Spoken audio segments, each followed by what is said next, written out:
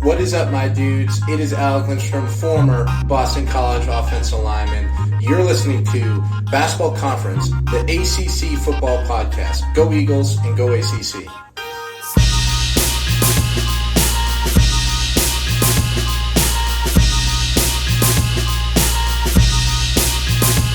Ladies and gentlemen, boys and girls, welcome back to Basketball Conference, the ACC football podcast. My name is Joey Weaver. He is Mike McDaniel. Mike, week 4. Starting to get a little bit more into conference play. How are you doing? You ready to talk about some games? Some good ones this weekend, and not just Florida State and Clemson. I would agree. That's obviously the big headliner in the ACC, but a really good slate this weekend. We have 9 games that we're going to preview here, if my math is right, and I would say sometimes it is. Mike, before we get into those games, just real quick, a reminder, go hit the subscribe button, especially if you're watching on YouTube right now. Hit that subscribe button, hit the like button, hit the bell icon. We appreciate the people that are doing that. If you're not watching on YouTube, please go do that if you can. YouTube.com/@the-ACC football podcast. We would really, really appreciate your support. We're working towards 250 subscribers. We've been getting more and more each day, so really appreciate your all's help with that and your support. But please go do that. And likewise, we're on Twitter, we're on iTunes and Spotify, all those other good places you can find your podcast if you're looking for just the audio-only version of it. So go find us there. Yes. Do that. Mike, there's something else that we got to talk about here real quick off the top. Cue up the horn, Scott. Boom, baby. This podcast is now also sponsored by Vivid Seats. Vivid Seats. Another partner of this podcast, Joey. VividSeats.com. Also, this is really important. In the show notes, we're going to tweet out this link as well. In the show notes, there's going to be a link to Vivid Seats. It's really important that you guys go click on that link if you're going to redeem this offer I'm about to tell you about, okay? It's really important for us. It's really important for our partnership with Vivid Seats that you use the link in the show notes and the link that we tweet out from our podcast account, okay? So just want to get that off the top. Use the promo code BCPOD20 at checkout. They'll give you $20 off your first order of $200 or more at vividseats.com. We're all going to college football games this fall, right? Whether it's Georgia Tech or Virginia Tech, you're going to see the Hokies play, going to go see Georgia Tech, and go see other teams throughout the ACC across college football. You're going to go to concerts. Whatever you're doing this fall, all your ticket needs, vividseats.com, promo code BCPOD20 at checkout, $20 off your first order of $200 or more. Really excited to have Vivid Seats aboard. They're people that I've been in contact with, have been very helpful. They've been very good. So just want to give a shout out to them. But really important that you guys use the link, the hyperlink in the show notes and the one we're tweeting out. I cannot emphasize that enough. And then use the promo code at checkout to get $20 off your first order, $200 or more. Absolutely. For those wondering, it's also in the description on YouTube. So just scroll down. It's in the description. Yep. Thank you, Scott. Use that link. As you said, Mike, college football games. I've heard there's Sunday football games, too, that people might go to. Allegedly. There might be playoff baseball coming up. There could be a lot of different things. And once again, if you're making a ticket order of more than $200, just get a free $20 back on this. So go hit that link and use it and go support us through Vivid Seats. We'd appreciate that. Absolutely. That's right. Mike, you want to try to get some games? We got some good ones. Let's do it. We do. As mentioned, we have 9 games on the slate this weekend. We will start on Friday night. We have another weeknight game, and it's once again a Virginia game. At 7:30 p.m. on Friday on ESPN, the NC State Wolfpack on the road in Charlottesville taking on the Virginia Cavaliers. NC State, a 9.5-point road favorite here. Total is 47.5. You said something before we came on here, Mike, and I think it's a valid point. And now that I look at this line again, doesn't it kind of feel like Vegas is begging you to take the Wolfpack, like giving you the extra, giving you the 10-point number? Yeah, it does seem like a lot of points, right? I get UVA. UVA's 0-3, struggled throughout the year so far offensively. Looked better at points last week with Anthony Calandria starting. Looked better, right? He provides a little bit of a running element.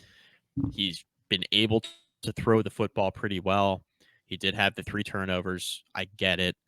it wasn't pretty in the second half. It was a struggle in the second half, bad. right?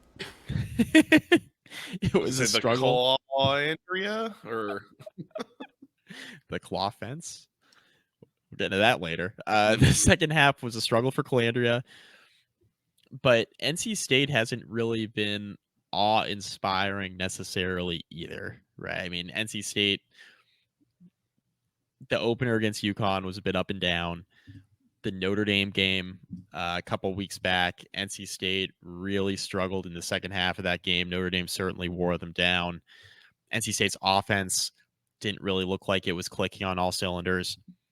NC State's offense looked better last week, but it was VMI, right? So anytime, NC State's played an FBS opponent so far this year, it hasn't looked particularly good. I think UVA's defense is good enough to hold NC State down here for a bit.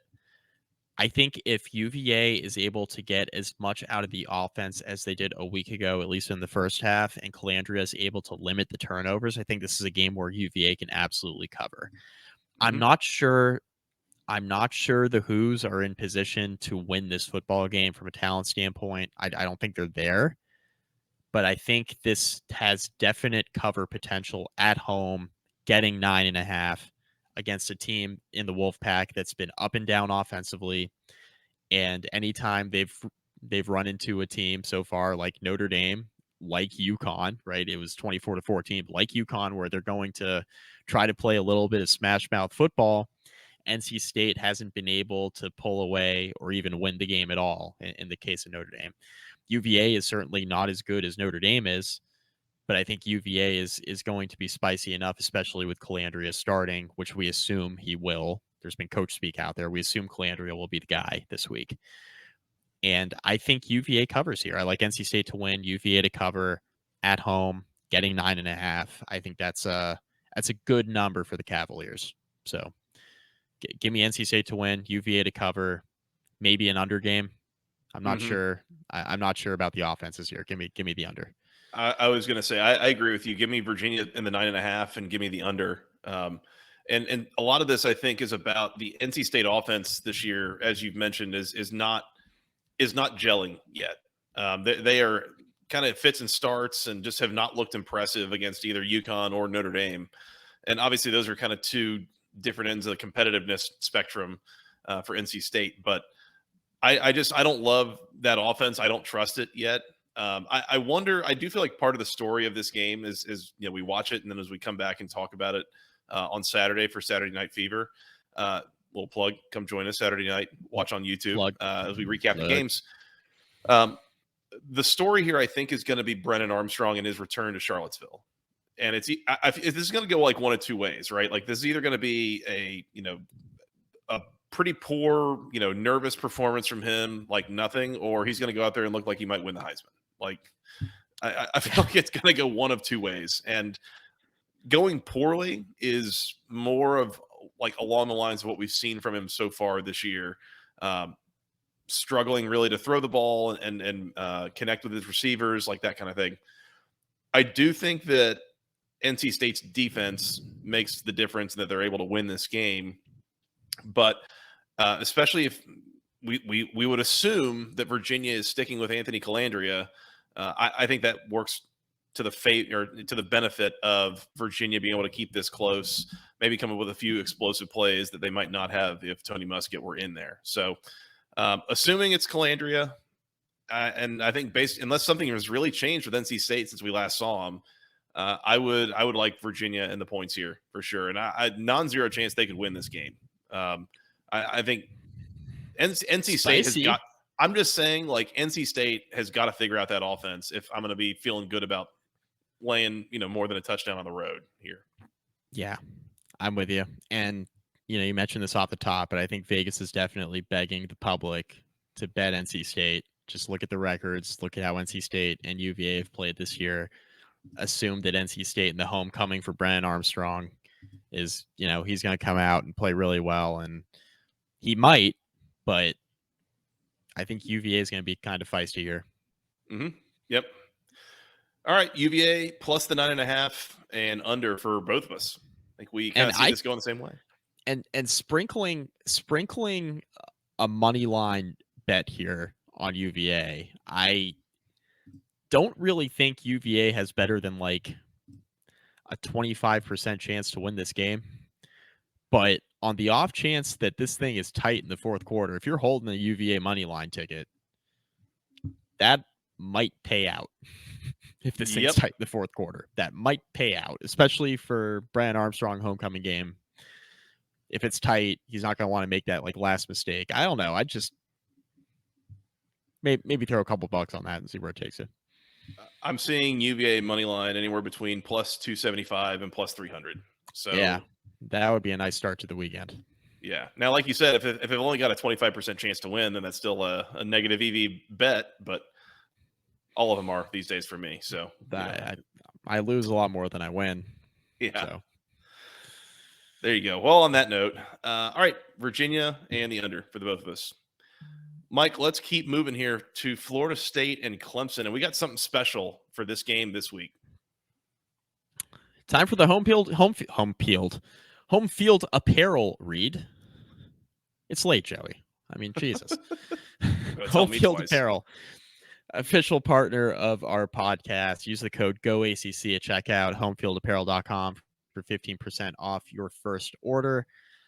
The reason why we're doing the home field read before the Florida State Clemson preview in particular is because they have a mini collection just for this game this weekend for Florida State and Clemson. Yes, you can buy whatever Florida State gear you want. You can buy whatever Clemson gear you want from Homefield. But you can also check out their mini collection special for this game. Very cool stuff out there at homefieldapparel.com. Shout out Whitney. She sent me the email with that tidbit earlier this week, so I want to make sure to plug it on the podcast. But use the promo code GOACC at checkout for 15% off your first order from Homefield. Shout out to them for their partnership with us this football season. Links in the description on YouTube, and if you already use the code, please still use the link. It still helps us out. Yes, basically the same thing I told you about Vivid Seats is the case with Homefield as well. Use the link. Yep. Yeah, a lot of people, you're going to get something that you really like from Homefield and decide you want more. So use that link when you go back to go get some more. Yeah, highly recommended. Yeah, for sure. And as mentioned, they do have something for everybody in the ACC. So all teams are covered. So go get something for your team at homefieldapparel.com. Yep. Mike, at noon on ABC, it is the number 4 Florida State Seminoles on the road in Death Valley taking on the unranked Clemson Tigers. Unranked, huh? Florida State, a 2.5-point road favorite here. Total is 55. This is an awfully short line. Considering what these teams have looked like so far. I will say that Clemson looked better than Florida State did last week, but a lot of things I think probably went into that. In the time since we did the recap, I've heard some speculation that Florida State, there might have been a bit of a flu situation going around that team when they were playing against Boston College. Like, they just did not look sharp. They didn't look focused. I mean, a nooner in Boston was always a bit of a trap, I think, for Florida State, especially with this game coming up this week. Do you expect any sort of holdover, lethargic or unfocused play, or would you assume that Florida State is like fully dialed in here from the opening kickoff? I mean, they better be, right? And I know some people are listening to that and be like, oh, well, that's a take. Like, Clemson lost to Duke a few weeks ago. Yeah, that's correct. That loss is aging pretty well. Duke looks like they're a little bit of a wagon, Joey. And that's not to say that Clemson shouldn't have won that game. Clemson had more talent, right? That's not to dismiss the loss, but the loss is aging well. Clemson is playing better. And Clemson doesn't lose very often in Death Valley. And that counts for something, Like, coming into this game, Florida State's the better team. No question about it. They're the better team. They're the more complete team. We tossed this around in the season preview with Tony. We had Tony Syracuse on from Last Word of College Football. Clemson, you just kind of expect them to be there because of Dabo, right? And this was the first time, at least in the opener, we heard a lot after that loss. It was like, okay, well, good for him for changing offensive coordinators, but he still didn't address the elephant in the room that is the transfer portal. Never really addressed it. But, is this a referendum on Dabo's program? And all those questions out there. And all those takes could still be very true. But Clemson had not, before that South Carolina game last year, Clemson had not lost a home game in 7 years? 6 years? Yeah. And that was an interesting thing that Tony had brought up in the preseason. I do wonder some of this is that because Clemson has an incredible home field advantage, or is that because Clemson has way more talent than almost everybody they play at home?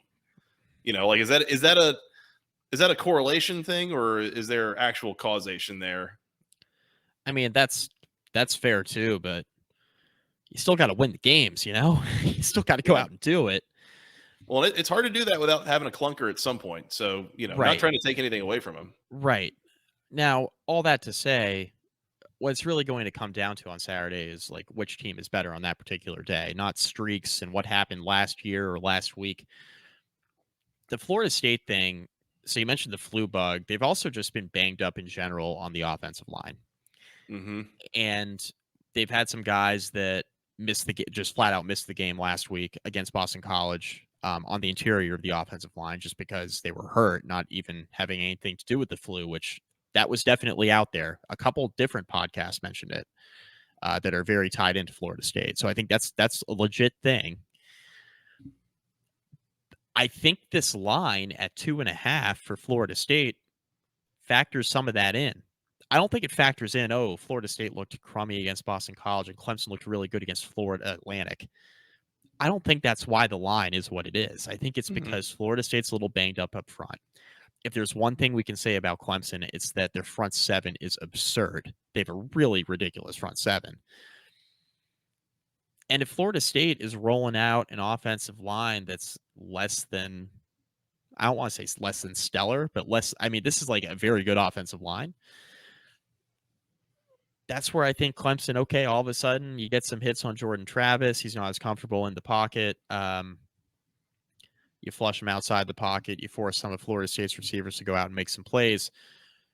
We see Johnny Wilson. He's a freak, right? He's 6'7". He's had issues with drops this year so far, right? So he had a couple last week against Boston College that could have cost Florida State the game. And they were very fortunate that they didn't, right? Clemson, I think, has a legitimate chance to win this football game. I think it's looking better now here in week 4 than perhaps it did coming out of week 1 when, we looked at this and said, wow, Clemson's losing to Duke. Florida State looked incredible against LSU. This might be a rout in Death Valley. I'm definitely taking Florida State in week 4. Now it's starting to look like the game that we all thought on paper coming into the season again. It's starting to look that way. At least that's what the line's reflecting.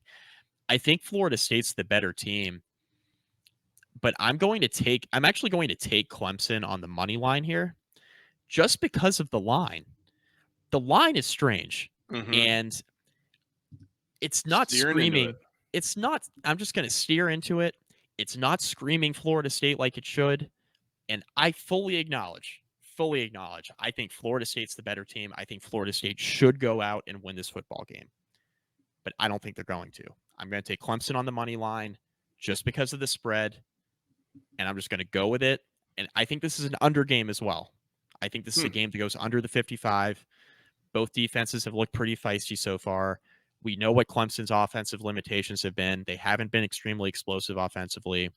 But I think if they can ugly this thing up a little bit and force Florida State to make some plays through the air, this is when this game could get a little bit dicey. I think Florida State's fully capable of making those plays. I think Florida State's a more explosive offense than Clemson is. I don't think there's any question about that.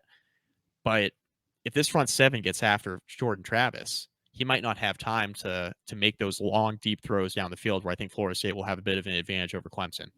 So that's the matchup to watch here. It's Clemson's front seven against a banged-up Florida State offensive line. I'm going to take Clemson in an ugly, low-scoring game. I'm talking 17-14, something like that. I think this goes, and I can't wait to be wrong about this on the recap. I think this goes way under. I think this would be ugly, low-scoring game. I don't think you can pick Clemson to win 38-35. They're not going to win that kind of game. No, this would be a first if they pull that off. Just with this iteration of the offense, that would be a first. So Yep. I'm going to take Clemson, lower scoring game, like 17-14, way under. All great points, Mike. And I see that line, and it is a little bit kind of spooky. I do turn my head at it a little bit. For what it's worth, SP Plus says that Clemson should be favored here by about, whatever home field advantage is. They're like a tenth of a point better on a neutral field. I do think that some of that is based in projection, not just, actual results to date. Some of the preseason stuff still in there. Yep. Oh, yeah, for sure.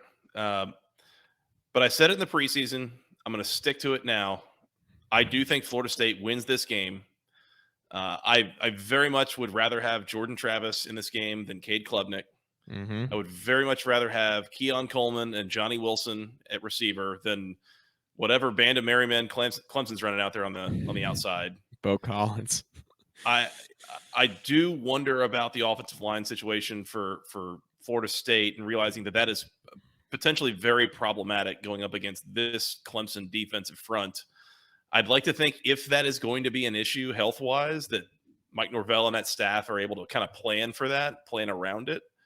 But in any case, I don't think Clemson can score with this Florida State team for 4 quarters.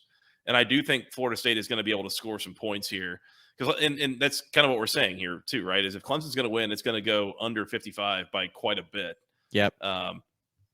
If this thing starts turning into a track meet, it favors Florida State. Absolutely. And so for all those reasons, I am sticking with Florida State. I think they win this game. I think they cover.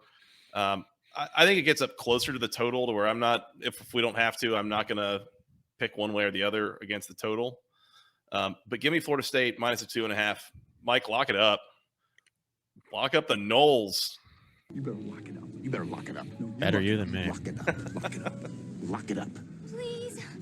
Yeah, laying the points in a weird spread in the big headliner game with the ranked team against the unranked team. What could possibly go wrong there? At the very least, it's a fun one to bet. I will say that. I will give you every bit of that. It is a fun game to bet. I mean, at a small number like this, basically all we're asking is Florida State win by a field goal. I think that's a reasonable thing to bet. Yeah. 28-24 gets you there, right? Absolutely. Something like that. So, give me Florida State. I think they win this game. I think this is their time. Do you think this is closer now?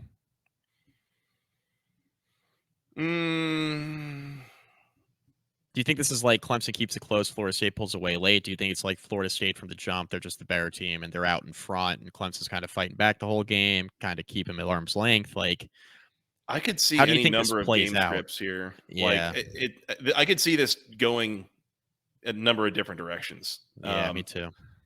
And I choose to believe that the way that this Florida State team played last week against Boston College was circumstantial. It was a blip. This is not going to be like a recurring theme that we see with the Noles here. I think that they'll be more dialed in here. Yeah, I mean, Florida State played against Boston College has absolutely no bearing with how I just picked this game. No bearing on it. Yeah. I don't think it matters even a little bit. Just like I don't think the other side, Clemson looking good against Florida Atlantic, really matters. For Florida State in particular, that was look ahead written all over it. Weird game. Florida State had a multi-score lead and committed a couple of mistakes. Just a very weird game. A lot of things broke Boston College's way last week to keep that game closer than it should have been. So I'm with you. No bearing. Was scoop six, I think a fumbled kickoff. Something like that. There were a lot of turnover luck. There were some free points to be had there, or cheap points to be had by Boston College that made that final score very close. So 9 times out of 10, when it was like 31-10 or whatever it was, like 9 times out of 10 that game's played, Florida State covers there when they go up by like 18 or whatever it was in the third quarter. 9 times out of 10, Florida State's going to cover that spread. So it's just a very weird game last Saturday. Yep, agreed. I think that's all I've got here. If you're ready to move on, Mike. Yeah, I'm ready to move on. I'm really excited for that game, though. That'll be a fun one. This is one of the games of the year for the ACC. Yeah. I don't love that it's at noon, but I guess we've got some good games in the night slate as well, so we'll get there. Also at noon, a couple of out-of-conference games on the ACC network. Army on the road taking on the Syracuse Orange. Syracuse a 13.5-point home favorite here. Total is 52. Mike, I think I like the Orange. I am not getting in the way of this train right now. Army has not been super inspiring so far. I mean, they beat UTSA last week, which was good. But I think that this Syracuse team, the way that they're going to run the ball, I think that matches up well against this Army team, and I think that they'll be able to win this game fairly comfortably. Yeah, I mean, Army's rushing defense has been decent this year, but I think, they haven't played a team like Syracuse that commits to their run the way Syracuse does. I think this is a pretty tough matchup for Army here. I think Syracuse, with the way they've been looking up front and the way they just kind of abused Purdue on the road last week on the ground against a decent front, like not the greatest team in the Big Ten in terms of like a front seven, but a competent front seven, and Syracuse just abused them up front. I mean, it was just, Schrader had 4 touchdown runs. Mm-hmm. I mean, they just ran it down their throat, and Schrader mixed in pass when he needed to. But this is a tough one for Army here because Syracuse's defense, I think, has been decent. Not great, but decent. Army's still transitioning. They're in a new offense this year, right? They're throwing the ball around a lot more. This is not an option team, right? If you haven't seen Army play this year, they've transitioned out of that. Jeff Monken's kind of, moving his team into more of a traditional college offense, mostly because of change in the rules, right? It's become harder to run the option now because of cut blocking rules and stuff like that that went into effect this year. Monken pivoted. It's a different looking offense now for Army. You're going to see a lot of passes for Army on Saturday. It'll be real interesting. But I think I like Syracuse here, 13 in the hook. In fact, I like Syracuse so much, I'm just going to go ahead and lock this game up. Give me Syracuse. Lock it up. You better lock it up. No, you lock it up. You lock it up. Lock it up. Lock it up. Please. Army keeps it close early. Syracuse pulls away late. They're the better team. I think Schrader's going to really overwhelm them. That's my take here. I agree. I kind of like the over here too. I think this can get a little bit pointsy. I think, again, Syracuse looks like a wagon on offense, just, moving the ball really, really well so far.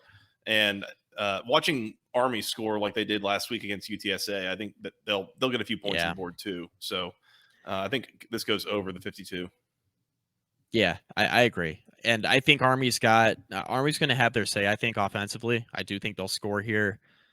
I think Syracuse's defense is still a bit of a work in progress with a new defensive coordinator. But I do like the way the Syracuse offense has looked. They're further ahead than I anticipated they'd be 3 weeks into the season. So, yeah, I like Syracuse to pull away and win this game by a couple scores.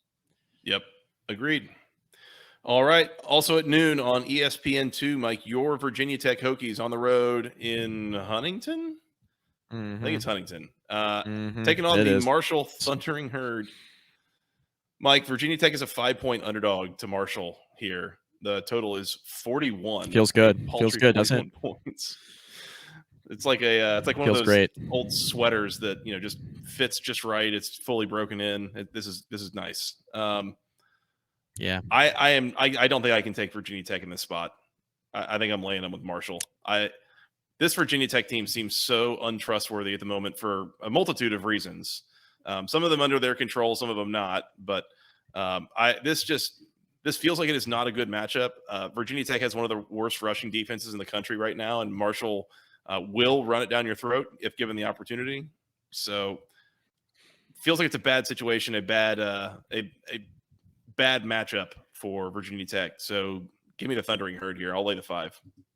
Yeah, I mean, the path for Virginia Tech to win is actually pretty simple. You just stop the run. You're probably going to win this game because you're more talented on offense than Marshall is defensively. So the path is pretty simple. You stop the run, you're probably going to score enough points to win this game. Saw enough out of Kyron Drones last week to think that I know Virginia Tech only scored 16 points, so I don't want to act like the offense took like this gigantic step forward last week. But there was more balance in the running game, and he was good enough in the passing game with some of his receivers out. Looks like Jalen Lane's going to play, so that's good. He's going to have another weapon at his disposal. And it is going to be Drones. Like, Wells is not moving around well at practice. Drones took all the first-team reps today that the media saw. So, I mean, Drones is going to start on Saturday for Tech. So can't even. I was going to ask if we knew what the plan was there. Can't even play Wells if you want to. It's looking like so perfect. Mm-hmm. Perfect. Let's leave him on the sidelines against his former team. We don't need to do that experiment. It's quite easy. You stop the run, you're probably going to win the game. The issue is Rasheen Ali, the running back for Marshall. He's averaging 6 yards per carry. He's got 222 yards rushing and 5 touchdowns this year. He was banged up last year, didn't play a ton, but in 2021 he ran for 1,400 yards. He's good, very good running back, and they're going to run it with him a bunch. Mm-hmm. And Virginia Tech secondary is banged up in the back end. They have 2 safeties that are out of the lineup. Virginia Tech's passing defense, actually, from a statistical standpoint, looks quite good. The reason why it looks as good as it does is because no teams have had to really throw against them so far because they're 127th in the country in rushing yards allowed. So this is a terrible rushing defense Virginia Tech is fielding right now. They are not tackling well. Rasheen Ali is a very tough runner. Give me Marshall to cover the 5. This is a prove-it game for Virginia Tech. If you can tackle the running back, you're probably going to win. If you don't tackle the running back, which you haven't done the first 3 weeks of the season, you're probably going to lose. And we have 3 data points suggesting that they don't tackle well. So show me a good data point before I pick you to beat a Group of 5 team on the road. Mike, how's the do you think that the Virginia Tech fan base is looking at this and they just see the Marshall name and the Marshall logo and they think, well, that's a winnable game for Virginia Tech? No, most fans expect Tech to lose. Okay. All right. Well, that's uplifting. Yep. Yeah. Just in this game or just like in general? The fans are pissed at Pry already. It didn't take long. But I mean, he's 4-10, and the only Power 5 win he has was last year against Boston College. So at some point, you gotta start winning some games. At some point. So I get it's a rebuild. I get the cupboard was bare, but it wasn't so bare that you should be down 3 scores against a bottom feeder Big Ten school last week, and not so bad that you should go on the road to Marshall and lose by like a touchdown or more. Like, the talent's not that bad, guys. Like, yeah, the defensive talent, by the way, is quite good. they got some highly rated recruits on the defensive side of the football, and none of them can tackle. So this is Tech's got a bad offensive line. They have an iffy quarterback situation. But I think the biggest issue right now, and Tech fans are kind of coin flipping between the poor offensive line play and the fact that nobody on the defense can tackle in the running game. So it's tough to win games that way. Yep, sure is. Give me the herd. Right. Yep, lay the 5 with Marshall for the both of us. I'll go under, by the way. I'll just go under. Staking your claim under 41. Unders in the 40s. Unders in the 40s. I'm thinking like 21-14. Yeah, it's reasonable. I get you there. Yeah. All right. 20-14 even, huh? 20-14. You cover by a point. There you go. Oh yeah, Marshall. Get it done. Let's move on to 3:30, Mike. We got a trio of 3:30 games. We'll start with number 18, Duke, on the road, taking on the UConn Huskies that kept it close against NC State there a few weeks ago. Duke is a 21.5-point favorite in this situation. Total is 45. So, as mentioned, I mean, Duke is now the 3rd highest ranked team in the ACC. They have looked good, very well buttoned up so far. They got a lot rolling. I will mention as well that this UConn team is a little bit different than the one that NC State saw just 3 weeks ago, basically. They have lost their quarterback for the season, which I think is a pretty big blow and is a significant reason why this line is as blown up as it is. Yep. I think at that point, I think I'm just laying them with Duke. I think I trust Duke to go out there and get the job done. I think that this number tells me a little bit, again, when you get like a nice round number like 21, and then you put the hook on one side, Vegas is telling me they want me to take the other side. I'm getting 3 touchdowns and the hook. It's like, nah, I'm laying them with Duke here. I think that the Blue Devils can get this done. They've looked really good, really buttoned up. They are rolling so far. Mike Elko doing a phenomenal job with that team. So I will trust them here in a sleepy road spot. No look ahead worries at all? Getting Notre Dame at home, I mean, potentially, I guess. I don't know. Some of me wonders, like, would Duke they could be the team that would look ahead to that. Kind of you get that season opening win against Clemson. You're 3-0. You're ranked. And all of a sudden you see Notre Dame coming to town next weekend. You might, your eyes might get a little bit big of, what can we accomplish there? So I don't know. I think that's a valid concern to bring up. And that's probably what we'll be talking about if Duke does not cover the spread. And this is a much closer, more competitive game than expected. For what it's worth, UConn's 0-3. They've since lost at Georgia State by 3 touchdowns and at home to FIU by a score. So I'm thinking like 28-6 Duke. I think that's reasonable. How's that sound? Do 30, you think UConn does UConn get in the end? 31-6 is you? Yeah, 31-6 is fine. Does UConn get in the end zone here? No. Over under. They don't. If I said over under 1.5 touchdowns, would you take the under? I think I would. Under. Yeah. I don't think they get in the end zone twice for sure. Me too. Which is why I think Duke covers. That's where I'm at. Duke's going to score here. This is not the same UConn team that NC State played. The 21 in the hook is a great point you just made. Where like Vegas is begging you to take the other side, and you really got to talk me into it with UConn, right? I think that the point in UConn's favor, really, from a betting standpoint, is that this is a look-ahead spot for Duke. Yep. But outside of that, I don't see any way that UConn contains Duke offensively here. I just don't think their defense is strong enough. To hold down a Duke offense has been very, very good, very balanced. They're running the ball well. Riley Leonard's been throwing the ball well. This team just looks comfortable right now. And Leonard's been hurting teams in the running game more than he's been hurting them in the passing game. And he's been efficient throwing the football. He only has 1 touchdown pass this year, but he's been efficient throwing the football. And that's all they've needed because they've been able to run the ball with such effectiveness. This is just it's a tough spot for UConn here. And I like what Jim Moore is doing. I know UConn's 0-3 and they've lost their starting quarterback for the season. And that is significant. But UConn, I really like what they're doing under Mora. They've been competitive. They've been annoying to play against. They've played up to competition several times since he's taken over as head coach, something that I don't think a lot of people were anticipating. I don't think this is like a Jim Mora thing. The reason why UConn's going to start the season 0-4, as much as you lose your starting quarterback and you're thin on depth to begin with because you're UConn. That's a really tough thing to overcome, you know? So that's just from the UConn side. But yeah, I like Duke here to win and cover. I think especially if we're predicting that UConn's not going to score more than 1 touchdown in this game, I do think it's Duke, and that's the right side. Yep. Joe Fagnano, by the way, is the name of the UConn quarterback that is now done for the year. So. Make sure to nail that pronunciation. Yeah. Real don't just read that blindly off the teleprompter. Yeah, that's right. You don't want to get canceled. Yeah, don't do that. Scott, did you have anything, or are we good to move on here? Good to go. I'd just like to point out the look ahead potential, but you addressed it. Thanks. Yep. All right. Also at 3:30 on ESPN2, the number 20 Miami Hurricanes on the road in Philly, taking on the Temple Owls. Miami, a 23.5-point favorite here. Total is 48.5. The only reason I would take Temple here is that this is a pretty clear letdown situation. Well, no, it's not, because that was 2 weeks ago. They played A&M. It's not even a look ahead. There's a bye week coming up.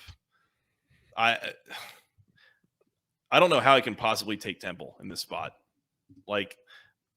Miami looks good. They look really good. They're good. Yeah. Yeah, they are good.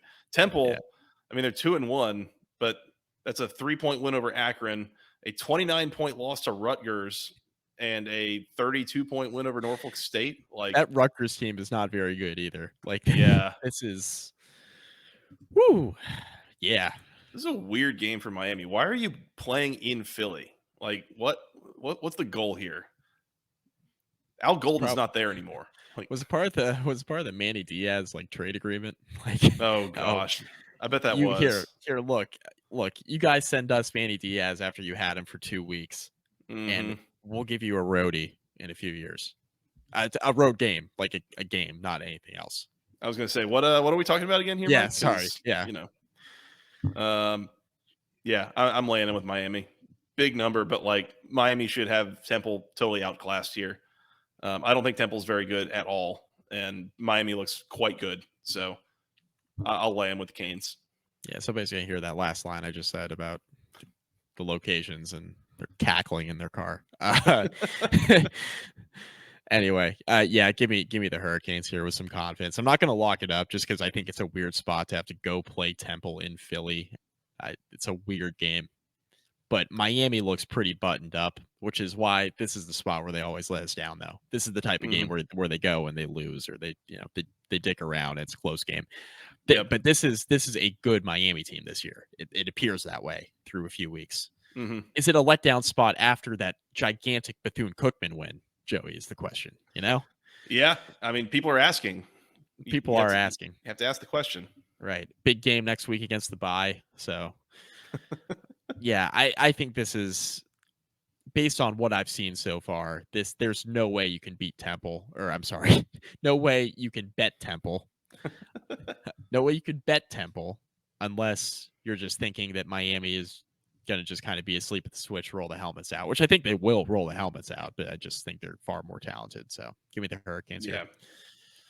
Wondering what the team totals here are. I think the implied score is probably something like 36-12. I was going to say, if you got 13.5, would you bet the under on Temple team total? Yeah, I think so. Yeah. I think so. I don't know if they get past 10. If you got 10.5, okay, that's spicy. How about 10.5 on team total for Temple? I wouldn't bet it, but gun to my head, I'd take the under. Oh my God. I don't know that they're scoring much. Miami better cover. If Temple's not going to score 10 points in this game, Miami better cover. I mean, this is also, again, you're going to be going and playing in to call it a half-empty NFL stadium is probably giving it too much credit. Like a mostly empty NFL stadium in the afternoon in Philadelphia, where just, noted college football hub, Philadelphia. This could easily be like you said, a roll the helmets out there and like a sleepwalking kind of spot where it's kind of unnecessarily close. Yeah. But again, just like in a vacuum with, most things, I mean, I can't see Temple keeping this close. So this has like 31-9 written all over it with a Temple cover, doesn't it? Essentially. Yeah. If Miami just kind of calls off the dogs, but again, they got a bye week next week. So you're not even trying to rest up, and all the more reason to get your guys off the field quickly. Yeah. Get ahead by 4 scores, rest the starters in the second half. You get almost like a game and a half off. You know what I mean? All I'm saying is if you want Temple here, Mike, you can get them with 23.5 points. You can get a good head start there. So all yours if you want them. I talked about the whole sprinkle thing on the UVA money line off the top tonight. A little sprinkle on Temple to cover is something you might want to consider. But I think if gun to my head, I'm taking Miami. I was gonna say a Temple money line sprinkle will get you somewhere between 11 and 12-1. Yeah. I mean, this would be a new low even for Miami. So yeah, I'm not too concerned about that here. Yes, it would. All right, let's keep going. Last game of the 3:30 slate on the ACC network. Mike, it is the Boston College Eagles on the road taking on the Louisville Cardinals. Louisville, a 14-point home favorite. Total is 54. Interesting to me that, Boston College nearly pulls off the upset last week and now turns around against a not as good Louisville team. Louisville's not as good as Florida State. Mm-hmm. And Louisville's a 2-touchdown favorite here. Yeah. I think that's kind of telling for, there was a little bit of some flukiness. I think there's some definite letdown factor here at play for Boston College, even as a team that is struggling to get its footing here earlier in the year. This feels like a spot where Louisville could absolutely cover, a pretty big spread and win by a margin here. Louisville, lock it up. Ooh. You better lock it up. You better lock it up. No, you lock it up. You lock it up. Lock it up. Lock it up. Please. I really like it if you get inside 2 scores. Mm-hmm. Yeah, this is a letdown spot for Boston College. Mm-hmm. Mm-hmm. This is going to be a pretty good reminder here that BC is still a very bad football team. And a lot of things went Boston College's way last week. that were fluky. I thought Thomas Castellanos played well, though, too. So I think BC definitely has a fighting chance with him at quarterback the rest of the season to at least be competitive in some of these games. But I think there was definitely some flukiness to that game last week. Mm-hmm. And that's not to say that Boston College should not have a chance to win. They absolutely did, and they could have won. Florida State made enough mistakes to keep BC in it. BC was feisty enough. But that was last week. This is this week. This is a Louisville team that is competent enough where if Boston College plays like we expect Boston College to, which is basically not how they did a week ago, this is a Louisville team that should win this game by multiple scores. Like they're more talented offensively. They have a good but not great defense, right? Florida State's definitely got the better defense, and BC took advantage of it last week. But again, there was just so much weird, like one-off occurrences that happens. Just so many opportunities in that game that Boston College had that I don't think they're getting on a week-to-week basis. Like a lot of turnover luck, a lot of weird bounces, the stuff you need if you're a bad football team to be in a game like that against Florida State. And you were at home too. You're going on the road now. This has got let down spot written all over it. Mm-hmm. I will be betting Louisville this weekend. I like Louisville. I love it inside 2 touchdowns. You get like 13 and a half. I've seen some 13 and a halves floating out there. If you can get it there, this is hammer the cards territory. I'd be very surprised if BC covered the spread this weekend. Very surprised. Very surprised. And yet here I am considering taking Boston College. Gross. And it's not because I think that, this is definitely a good test game for Louisville's defense. Mm-hmm. To me, I think I felt like part of the reason that Boston College was able to move the ball for a lot of the game last week was that Florida State did a pretty terrible job of containing Thomas Castellanos. They let him get outside the pocket. They let him scramble. They let him extend plays. I think that the goal here, I think Boston College's offense can be had if you can just keep Castellanos in the pocket. Because at that point, I don't believe the skill talent out there, his receivers, are good enough to beat you. Maybe he can get it to him with his arm and such from the pocket, but I don't think that, on schedule plays for Castellanos is like going to be really the way that Boston College is going to win these games. I think it is like just leaning on his athleticism. And so easier said than done. But if Louisville can keep him in the pocket, I agree. I think that they win this game pretty big. I'm nervous about it. And there's also an element to me that, we've talked a little bit on this podcast of like Boston College is not that good. And we don't think that they're very good this year. And yet I feel like we're going to like do that all year and that they're going to be this pesky team that keeps playing close games. They might not win many of them or any, but like they're going to continually be in games and like covering spreads and like ruining my day for that. So it's like, I'm trying to like get out in front of it maybe is where I'm at, but maybe I'll just give them one more week before I fully dive in on that. Calling off the dogs. Yeah. Let's land with Louisville. I think I've laid the points with almost every favorite so far, so I'm sure that'll go great. But, yeah, that'll definitely go fantastic. Yeah, I'm leaning towards over 54 as well. I think we'll take the over for the sake of our picks here. It's a pretty medium number, but I think Louisville will do some scoring, and I think their defense probably does allow Boston College to get at least 14 to 17 on the board. So we'll see how that goes.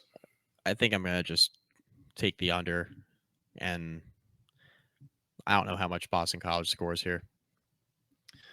I will say Louisville, I do think Louisville's skill talent on the outside on offense is going to be a mismatch for Boston College. It's going to be problematic. Yep. Yeah. So I think that also kind of lends to a Louisville win fairly big. I think they should be able to hit some big plays over the top. So yeah. We shall see. Anything else on that, Mike? No, I think I'm all set there. You've got Louisville locked up. I've got Louisville. I've got the over. You've got the under. Let's go to the night slate, Mike. And before we do, these previews brought to you by Section103.com. It is the internet's premier place for all things wonderful Georgia Tech apparel. They got T-shirts, sweatshirts, hoodies, Things for men, women, children, something for the whole family. Use promo code GOACC at checkout for 10% off of your first order. Mike, they've got shirts with the official Tech Gold. They've got all the official word marks. These are all officially licensed. They're super high quality. They're very comfortable. I'm wearing my ATL shirt right now. This is the only place you can go get a shirt with the ATL logo on it, by the way, if you really like that logo. So go check that out. Once again, it is section103.com. One of the cool things they've been doing, too, this season is jerseys for Zach Pyron, Dante Smith, Haynes King. There's probably some more coming out, so keep it tuned there. It sounds like Haynes King shirts are going out here in the next couple of days, so hopefully in time for this week's game. But, it supports Section 103, supports us, and, for those jerseys in particular, it supports the players. It's an NIL opportunity for them. So one more time, section103.com. Use promo code GOACC for 10% off your first order for all things fantastic Georgia Tech apparel. Shout out to Steven and the gang for their partnership. We really appreciate it. Shout out, Steven. Shout out to Steven. Mike, at 6:30 on noted ACC football channel, the CW, my Georgia Tech Yellow Jackets on the road in Winston-Salem, taking on the Wake Forest Steamin' Deeks. The Deeks, a 3.5-point favorite. Total is 60. Mike, the Deeks are a 3.5-point favorite, but that is not where this started. This started, I told you, I think somebody had mentioned maybe from the Rumble Seat group that they saw that Georgia Tech opened as an 8-point underdog. It opened at 8. It opened at 8 at Circa, I think. Okay, I was gonna say, because everything else I've seen was that it was 6.5, and then fairly quickly this was bet down to 3.5. And by the way, for the record, we're recording this Wednesday night. I was going to mention this is the kind of thing where it would be nice if we had this up, posted and people were able to listen to it, by Thursday morning, because usually it's about Thursday around lunchtime. Hear that, Scott? I'm just saying, the limits go up and these lines can move some more. Like, I am very curious to see what this line does on Thursday. I feel like it's going to move. I don't know in which direction. I think some of the speculation here, or some of the reason for this line movement, it might be there's speculation about like a Mitch Griffiths injury situation. I don't know. It is kind of weirding me out watching it move 3 points in the favor of Georgia Tech. So I look at this game, Mike, and I think Georgia Tech has the better quarterback here. Like, he's playing better. Haynes King is playing better than Mitch Griffiths is right now. Haynes King has sneaky been like one of the best quarterbacks in the ACC so far this year. Yeah, he has. He's looked real sharp. He's gotten a lot better. He has the one interception, and that was a ball that was like tipped and I think intercepted by a lineman on the first drive of the Louisville game, basically. And he hadn't turned it over since then. Well, I guess he had the fumble too, but he hadn't had an interception since then. So that's a pretty good sign. Thrown for 900 plus yards, 7 touchdowns already. Like, he's looked good. So I like that. I like, Georgia Tech's moving the ball well on offense. They haven't always finished drives well. Clearly still some special teams shenanigans that we saw last week and against Ole Miss. But it's like, I think Georgia Tech has the better quarterback.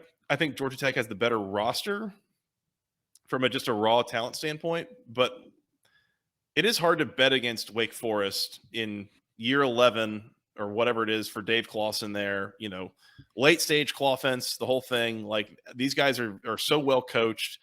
I do think that there might be a coaching mismatch here with Dave Clawson in that offense versus Andrew Thacker's defense.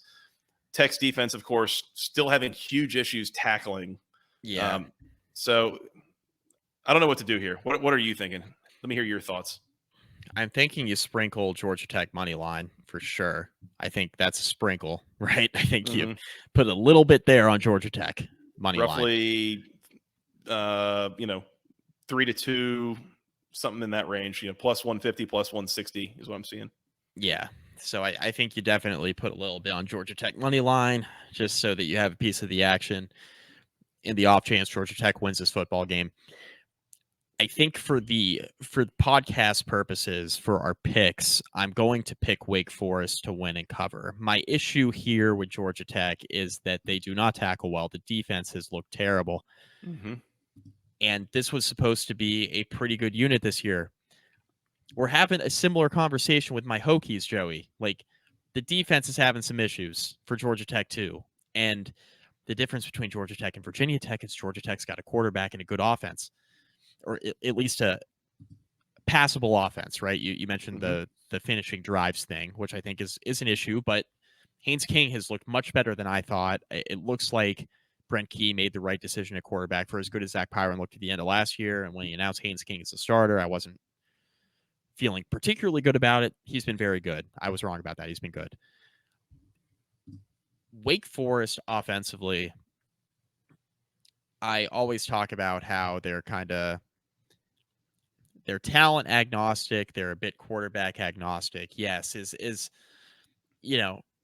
Mitch Griffiths Sam Hartman? No, he's not. Nobody would expect him to be. Sam Hartman's a 5th-year senior. Griffiths is in his 2nd year in the program. Nobody would expect him to be at this point in time. But Wake's got a good offense still with him at quarterback. So I think my overall take on Wake Forest as an offense, regardless of who's playing quarterback, I think that still kind of stands. They're scoring some points. Defensively, they've been very good against the run in particular. But again, limited data points, haven't really been tested in that department yet either. Interested to see how Georgia Tech runs the ball in this game. For all of the talk about Georgia Tech passing the ball with Haynes King, and I think all of that is well taken, interested to see how Georgia Tech runs the ball in this game on the ground. Wake Forest, I think, where they've had success this year, they've been getting off the field, right? They've been tackling well in the running game. They've been getting off the field on 3rd down, and the offense has been good enough. Damon Claiborne in the running game for Wake Forest has been very good. And Griffiths has been, he's thrown for 837, 8 touchdowns, 3 picks. He's completing a little less than 66% of his passes. He's been good. I just worry about Georgia Tech's defense here. That's my concern. The reason why the total 60 is because Wake Forest has an okay defense too. It's not like Wake Forest defense is like leaps and bounds ahead of Georgia Tech's, but Georgia Tech's has looked probably further removed from what we anticipated than Wake Forest. I think everybody thought Wake Forest would have a pretty good offense. The defense would be a little further behind.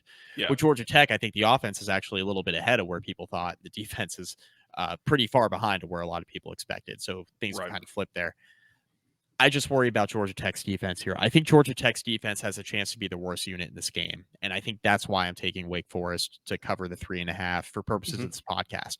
But from a betting standpoint, with my own money this weekend, I may be betting both sides of this game.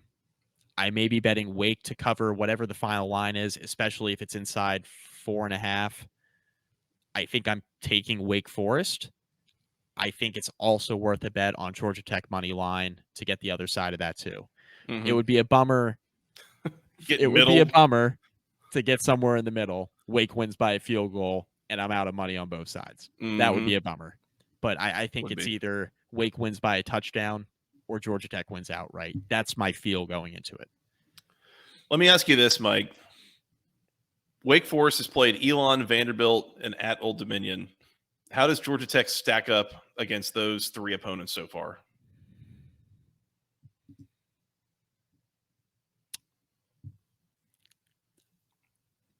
I think Georgia Tech might go 2-1. So, well, but even like those 3 teams in Georgia Tech, like who's the best team of that group from a comparison standpoint? Yeah. Like, is this the toughest game that Wake's played yet, or have they already played a game tougher than this? No, I think this is probably the toughest game they've played yet. This is the best quarterback they've played yet. Oh, for sure. Best quarterback they've played yet by far. This is probably the best offense they've played. Old Dominion's been sneaky decent this year so far, like better than I think a lot of people thought going into the year. They've like the record. They don't have the record to show for it, but they were feisty against Virginia Tech and Blacksburg. They were feisty against Wake. They were leading Wake Forest last week at halftime. Old Dominion's been kind of feisty. I still think Georgia Tech's the best team Wake Forest has played so far. I think so too. And yeah, I don't know that I would bet the spread of this game with my own money either way. I could, there's just some unknown here, and I could kind of see this going either direction. I do think Georgia Tech is the best team that Wake has played. I don't think Wake is the best team Georgia Tech has played. I mean, they've already got games under their belt against Louisville and Ole Miss. Oh yeah, no, I mean, yeah, both of those very competitive into the fourth quarter. So there's that. The one thing I do really like here, Mike, and you kind of alluded to it, I do think this game goes over 60. Yeah, I think so too. And in fact, I think I might just go ahead and lock that up. I think this is definitely going over 60. You better lock it up. No, you lock it up. I like that. Lock it up. Lock it up. Please. Yeah, I like that. I like that a lot. Yep. Actually, I don't want to be reckless. I'm not gonna be reckless On this I- podcast. What Bruce the just got from hell? the top What rope. the hell? Okay, you know what? You talked me into it. Wake Georgia Tech over 6. You lock it up. You better lock it up. You better lock it up. No, you lock it up. You lock it up. Lock it up. Lock it up. Please. Please. I'm done with that tonight. No more locks from me. All right, no more. Well, Gotta we have haven't some gotten to Pitt standards yet. here. Yeah, I know. I got some takes on that one too in a minute. Sorry. I'm gonna lay the points with Wake, but I don't feel good about it. It's probably Mhm. just an emotional hedge as much as anything. That's but I could see this. I could see either team winning this game by 10 points.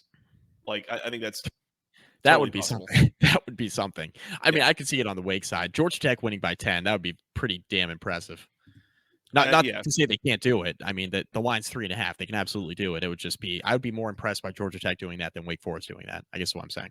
I think if that happens, it probably means that Tech has created a couple turnovers basically on defense, which is something they've really not done through 3 games. They are not creating turnovers. They're not creating negative plays. So yeah, going along with the theme of Georgia Tech's defense kind of sneaky sucks.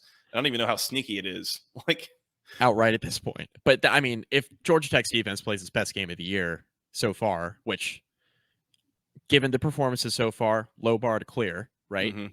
But if they produce a couple turnovers here, I think that is how Georgia Tech wins this game outright, which is why you should sprinkle some money on Georgia Tech money line.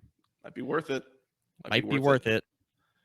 One other thing while we're kind of talking about this, and just a thought that I had that I don't know when else to bring it up. We've talked about Georgia Tech struggling to tackle. I think we said Virginia Tech struggling to tackle. There's a few of these defenses that are not looking great. I don't know what the technique is for teaching or practicing tackling in 2023. I mean, with the way that practices seem like they've become, so minimally physical. It's like I don't know who to blame. I don't know how you teach that at this point. Like, kind of feels like if the players are in the right place, I guess that means that the defensive coordinator is doing his job. But it's kind of the thing I thought about USC last year. Like, their defense is terrible, but it's like no, their guys are in place. They just can't tackle at all. So whose fault is that? I don't even know at this day and age.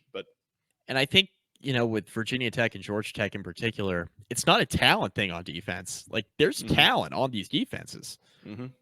It's just they're not tackling. And you look at the practice video that's gone out like across the ACC. You follow these beat writers and you see kind of the videos they post for practice. The teams really aren't practicing tackling, at least not in the sessions the media is viewing, right? It's just not. They're not hitting a lot in practice, right? Not people, right? A lot of donuts or whatever. Yeah, a lot of like pursuit drills, but not actually wrapping up the runner sort of thing because nobody wants to get hurt, which I understand to a degree. But at some point, you got to figure out the form tackling thing, and a lot of these teams have not yet. Well, back in my day, Oklahoma's, let's do it. Line them up, bull in the ring, line them up. 8 p.m. on the ACC network. Last one, Mike. Number 17, North Carolina on the road, taking on the Pitt Panthers. Tar Heels, a 7.5-point favorite, and totals 50 here. Weird This line. number seems a little bit thin, especially considering what we just saw from Pittsburgh. Yeah. Is this like a little spooky to you? Yeah, I mean, feels like Carolina should win this game by 10 or more, doesn't it? It does feel that way. Yeah. This line weirds me out, especially with what we've seen from Phil Dracovic so far. I mean, I don't know, man. Like, I texted the group yesterday. I was like, I went back and saw some of the throws he made in the West Virginia game. I was like, he looks like he's shaving points. Like, just horrific decisions in the pocket. Like, so bad. Yeah. Paul Crew. Just out here shaving points. Who we gonna beat? The guards. I'm on Carolina here, and the reason why is because Dracovic is terrible. Now, here's the thing, right? I see the path for Pittsburgh being competitive here. Carolina's run the ball well this year. Now, Pitt has not stopped the run at all.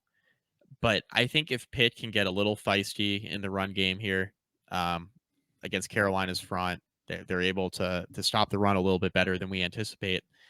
and you make Drake May throw the ball a little bit, which is not a recipe at all times, but he's thrown the ball in harm's way a few times this year. Now, May hasn't been terrible. He's completing a very high percentage of his passes. He threw a couple picks last week, though, and he's thrown a few of them this year. And that's not to say May is not a stud. And, if Carolina wants to get in a track meet, they absolutely can with Drake May, and I think they'd be happy to do that going against Phil Dracovic on the other side for sure.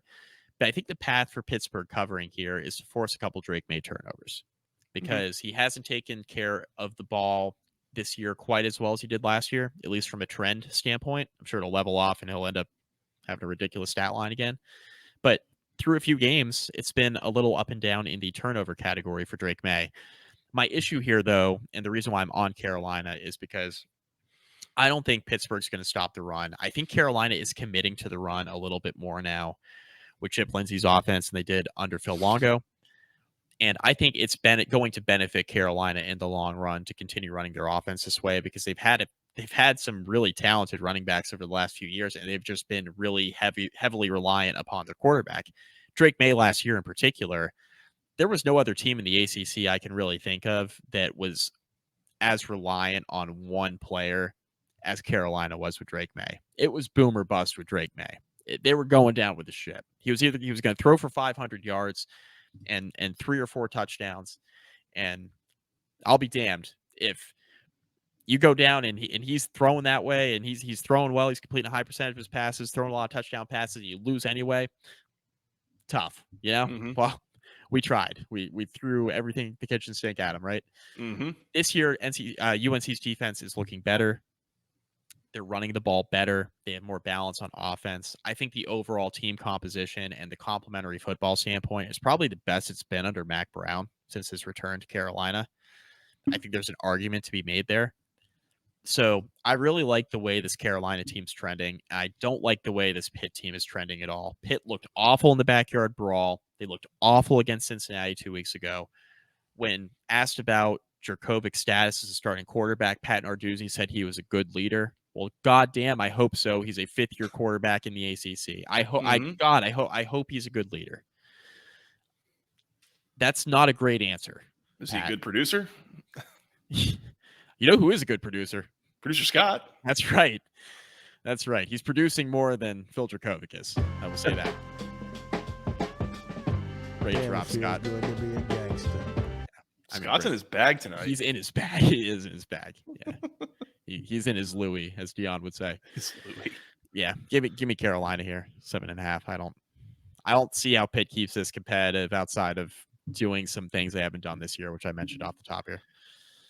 The one thing I will say, wouldn't it be so like Pitt to muddy this one up and make it a 3 or 4 point game? Why do you think the line's 7.5? Yeah, Joseph? Through 3 quarters against Cincinnati, they had 7 points. In 4 quarters against West Virginia, they've scored 6 points. Pitt looks so bad the last 2 weeks. Phil Dracovic, kind of a mess. We're already getting questions in the press conference of, is this guy still your starter? It seems like a bad situation. North Carolina has looked pretty good for the most part this year. And I'll just lay him with North Carolina. I don't like it. I wouldn't bet it with my own money. I think there's enough could go kind of sideways here. And I feel like historically this game has been pretty wacky. Some overtime games, some, late lead changes in the fourth quarter. I think, whichever team is at home, I think tends to win, which obviously plays well to Pitt in this situation, but yeah, I'll just land with North Carolina. I don't like it. I would leave it alone. Yeah. Total is 50. Yeah, leave that alone too, because there's a chance that Pitt figures a couple things out against UNC's defense. For as good as UNC's defense has been, there's still some consistency things there that I would be a little bit concerned about if all of a sudden Phil Dracovic found lightning in a bottle. So I'm good on the total. I'm good on the total, and I will not be betting this with my own money either. I just think the line is too weird. For what it's worth, SP Plus has North Carolina about a 7-point favorite on a neutral field. So there's a clear downgrade here in Pittsburgh, even with the home field advantage. Or they're just saying there is no home field advantage, which I think, Heinz Field not exactly the most intimidating home environment in the ACC. Acrisure Stadium. Get it right. Sorry. Acrisure, whatever that is, and their stadium. Yeah. No idea what that is. The big insurance bottle, not the big ketchup bottle anymore. That's all I got. Mike, do we have one more for this weekend? Play the Falcon, baby. Hold on, I'm pulling it up. Are they playing? I'm assuming they're playing. There it is. They are. They're hosting Ohio. The Ohio Bobcats in Bowling Green taking on our Falcons. This is at 2:30 on 3:30 on ESPN Plus. Ohio, a 13-point favorite in this situation. Total is 44.5. I think give me Ohio. Well, yeah, that's kind of a lot of points. Ohio's not been super high powered on offense, but they have looked like a little bit of a wagon. So might want to get on the Ohio bandwagon for this weekend at the very least. Yeah, give me Ohio. Ohio is one of the few teams in the country that's played 4 games already. So they're basically at the halfway point of the year after this weekend. So think of it that way. Yep. They lost Curtis Rourke there in that game against San Diego State, I think in the second quarter. And I don't think has he been back? Oh, he's been back, and he's been spectacular. Okay, well, there you go.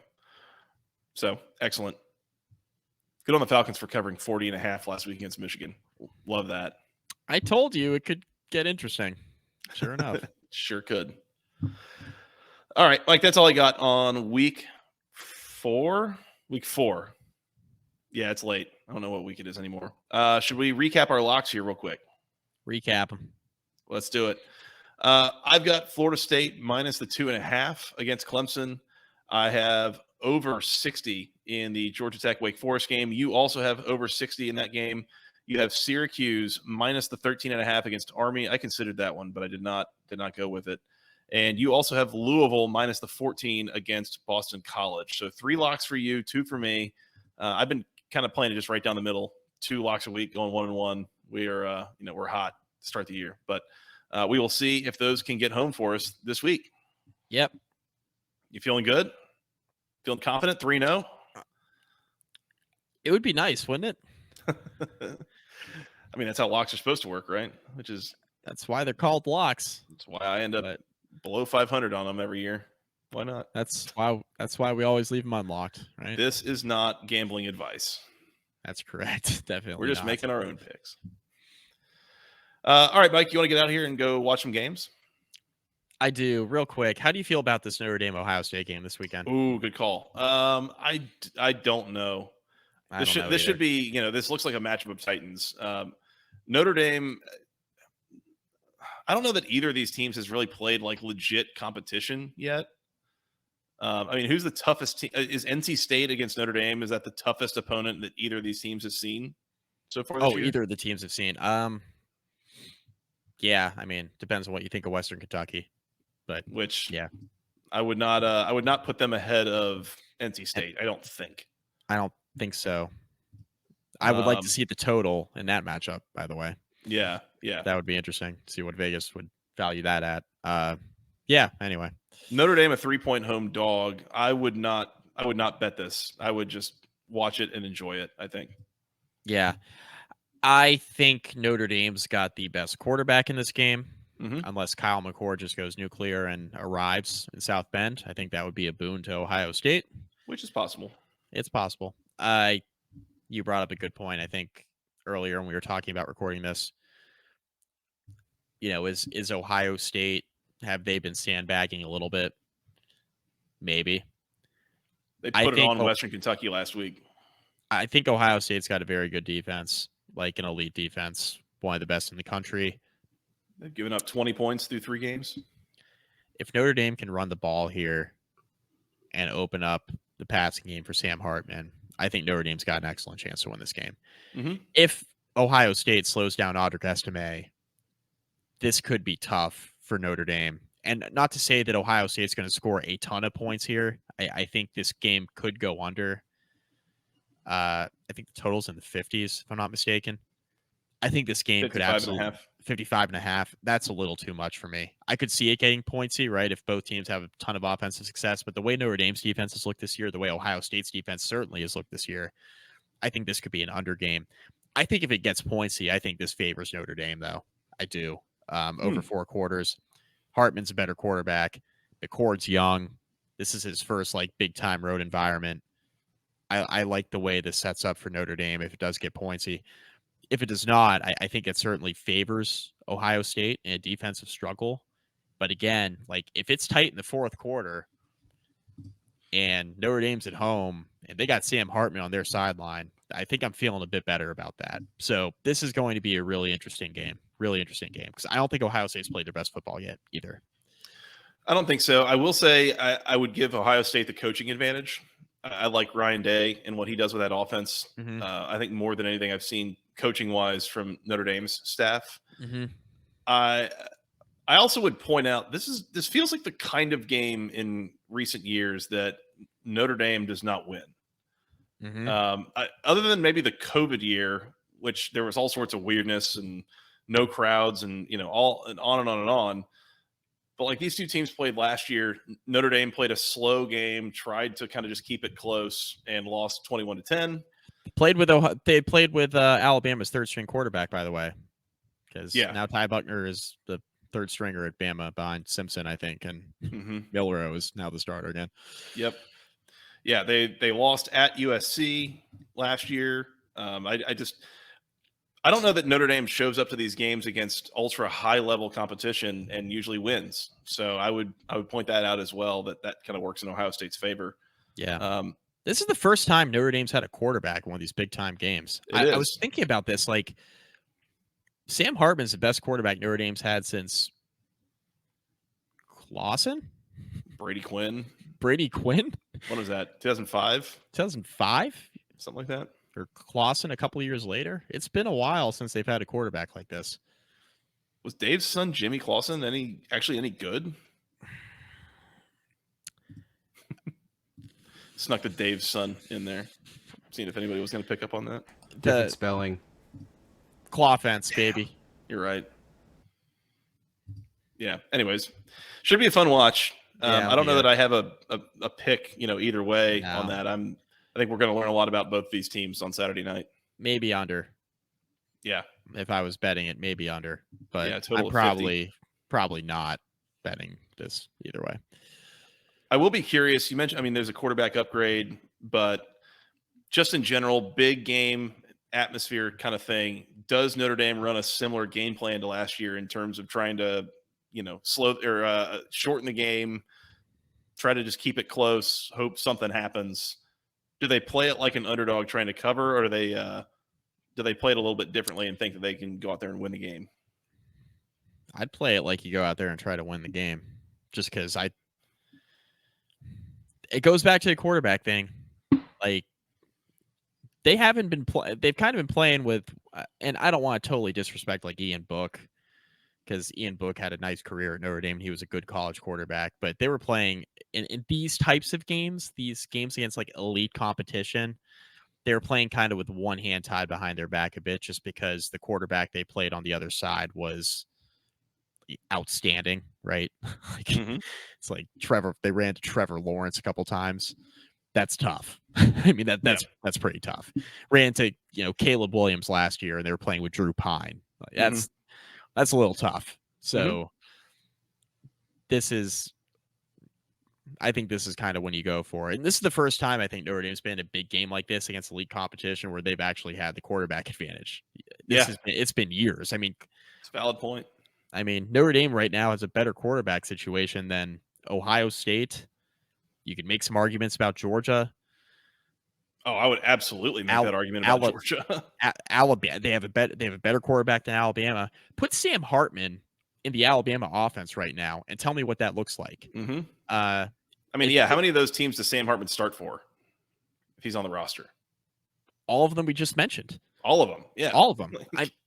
If he's starting at Bama, what was Alabama's issue against? We're getting off topic, but what was Alabama's issue against Texas? Right? It was couldn't push the ball down the field. Hartman can do that. So This is the first time. This is the first time Notre Dame's been in a game like this where they've had the quarterback advantage. I am interested to see how they play it though, because Ohio State with their skill players at receiver, it's just a different sport that they play with those guys.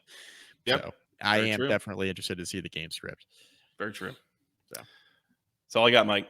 That's all I got to. Just want to sneak that in there. It's a huge game, and Notre Dame's basically half an ACC member, full voting member.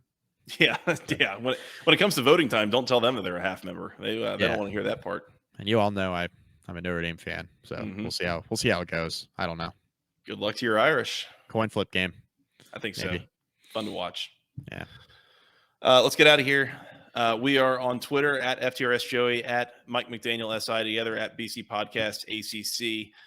By the way, as you watch these games this weekend, if something crazy happens, we need some like fan support here on submitting candidates for Go ACC Moment of the Week. So if you see something, send it to us. Hashtag Go ACC MOTW. We would love to have some support as you guys see things that happen. You know, we can't see everything that happens on the college football Saturday, so helpful to send those in. Yeah, because when we were recording our reaction shows or our recap shows on Sundays, Joey and I had a little bit more time to see more of the ACC action, whether it be Saturday night or Sunday during the day before we hit record, watch a condensed game, whatever. We see less of that when we're hitting record right after we've been drinking and watching games all day. And not just ACC games. We watch a lot of ACC games. We watch a lot. Joey and I are huge college football fans now. We watch a lot of big games outside the ACC. We don't see everything, especially when we do the Saturday Night Live reaction show. So anything you can get eyes on that we might not have eyes on, send it in. Duke UConn, prime example. We're probably not going to see a lot of that live. So if we're all being real honest with each other. Yep. Mike, we are on iTunes, we're on Spotify, all those good places. We're on YouTube. youtube.com/@the ACC Football Podcast. Hit that subscribe button. We would really, really appreciate that. You can send us an email with your questions, comments, concerns. The longest email address known to man, basketballconferencepodcast@gmail.com. Nailed it. Thank you. Where else are we on the social medias, Mike? Facebook.com/basketballconference rate review. Find all of our podcasts there because we're posting a lot of them there now. So go check that out. Instagram at BC Podcast ACC, YouTube.com, of course, /at the ACC Football Podcast. Anywhere you find your podcast, go check us out. Please do. Mike, anything else? I think that's all I got. Shout out to our sponsors, Homefield, Section 103, Vivid Seats. Yep. Use the links in the description where appropriate, and help us, help them. We help you. Yep. Keeps this good content coming your way. So keep it tuned here. Mike, as mentioned, we will come back and do a recap show. We're aiming for Saturday Night Fever. As always, subject to change with life happens sometimes, but our goal is to be here. Hit the subscribe button on YouTube. Hit the bell icon to be notified when we're going to go live. Usually it'll be around midnight Eastern, I think. But again, kind of tune in and you'll see and be able to join in the discussion. We've been having a lot of fun with the commenters on those Saturday night shows so far. So we would love for people to join in. And we'd love to go a little bit earlier, but I work Saturday nights for Sports Illustrated. So we wait till I'm done. Basically. That's right. Got to do what we got to do. Can't get fired. Yes. Yeah. Yeah. Please don't do that. Don't do that. Yeah. All right, Mike. Sounds good. Well, enjoy the games, and we will talk then. Until next time, for Mr. Mike McDaniel, Mr. Producer Scott, I am Joey Weaver.